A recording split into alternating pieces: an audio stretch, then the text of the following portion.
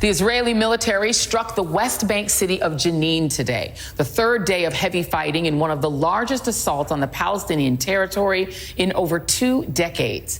The Palestinian Health Ministry says 20 people have died since Israel launched the raids on Wednesday, and more than 600 have died in the West Bank alone since October 7th.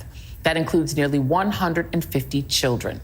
While in Gaza, the rising death count has surpassed 40,000 people. Joining me now is Daniel Levy, president of the U.S. Middle East Project and a former Israeli negotiator. Daniel, it's so good to see you. Even under these circumstances, I think for a lot of people, there is a certain shock that the violence has moved to the West Bank. Your thoughts? Important to understand, Joy, and it's good to see you, that this, of course, is the 6th decade of an Israeli occupation of the West Bank, which, according to the International Court of Justice, is itself illegal, dotted with illegal settlements, and things weren't good for decades. They weren't good prior to October 7th. The West Bank is the larger territory. It's 16 times the size of Gaza. The provocations of this government prior to October 7th were expanding. One saw, if people can even cast their minds back, one saw these settlers carrying out what the Israeli press called pogroms. This all happened before October 7th. It gets worse, of course, in response to October 7th. Mass arrests, the largest number of killings in the West Bank for a number of years. And now this latest intensification. We're being told it's a major operation starting in the northern West Bank. We know that the Israeli side says this is about security. There is no military solution. Security is a real thing, but security is being used as an excuse. For what? And I think this is what's important to understand. First of all, this serves the Israeli prime minister politically. He's staking a claim that he needs to be in power because he is the indispensable wartime leader. Therefore, continue the war and expand to another front. This time, the West Bank. Interestingly, we're talking just after an Israeli war cabinet meeting in which the Israeli defense minister and the prime minister, it's out in the open, had an altercation because the defense minister and the defense establishment have said that the prime minister is undermining the ceasefire talks. Netanyahu doesn't want a ceasefire. He is ideologically committed to keeping the West Bank. His coalition guidelines, the text which holds the coalition together, says the Jewish people have an exclusive right to all parts of the land of Israel. So that includes the West Bank.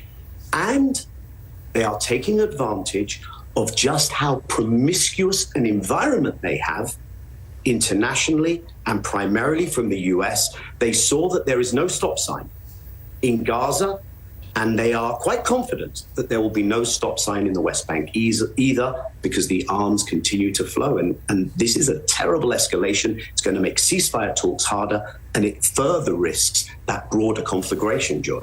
And they've gotten exactly one more hostage out with all that. So it's clearly not about getting hostages out. And this hostage was basically left in a tunnel on his own, which is how he got out. You're not seeing these massive hostage rescues. And yet, to your point, they killed their negotiating partner. They went into Iran's territory and killed the guy they were supposedly negotiating a peace deal with, the non-militant Hamas leader that they killed, and are now seen to be opening up a second front with Lebanon. What is the end game here? Because as you said, for Bibi Netanyahu, the end game is stay in power forever, clear. And he's clearly willing to empower his far-right settler partners in his government who do believe in this messianic vision of taking over all of the West Bank. What's the end game here? Because the Biden administration still claims that they are going for a two-state solution. That does not seem to be something Netanyahu will ever allow. Very clearly, that's not something Netanyahu will ever allow.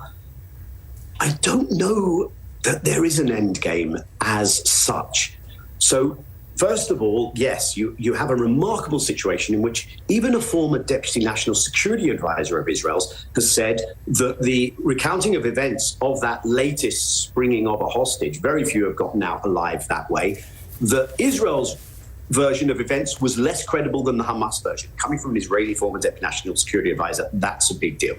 I think what Netanyahu is trying to do is maintain an open-ended war that doesn't necessarily have an end game. And I think on the other side, the axis of resistance is saying, we're not going to fall into your trap of bringing America in to an all-out war, but yes, we will continue asymmetric warfare because you actually have a lot of vulnerabilities. Your economy is not doing well. Your society is deeply polarized.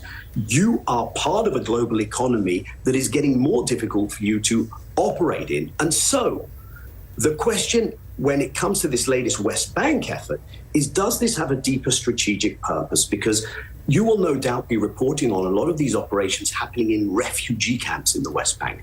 And we've, of course, seen what's happened in refugee camps in Gaza. People may ask themselves, what's this about? What are these refugee camps? That is the story of the Palestinians being pushed out in the Nakba at the creation of Israel, being ethnically cleansed in 1948. And many people look at the narratives coming out of the Israeli government today, and is this a second attempt at mass displacement, ethnic cleansing of Palestinians and creating such a scorched earth? We're now seeing destruction of infrastructure also in the West Bank.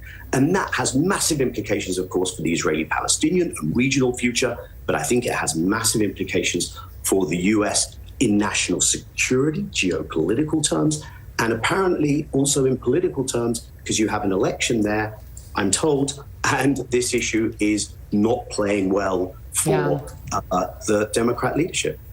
It is a depressing reality. One wonders why we have a system of international laws if they're not being followed. Daniel Levy, it is always a pleasure. Thank you so much. Much appreciated, as always.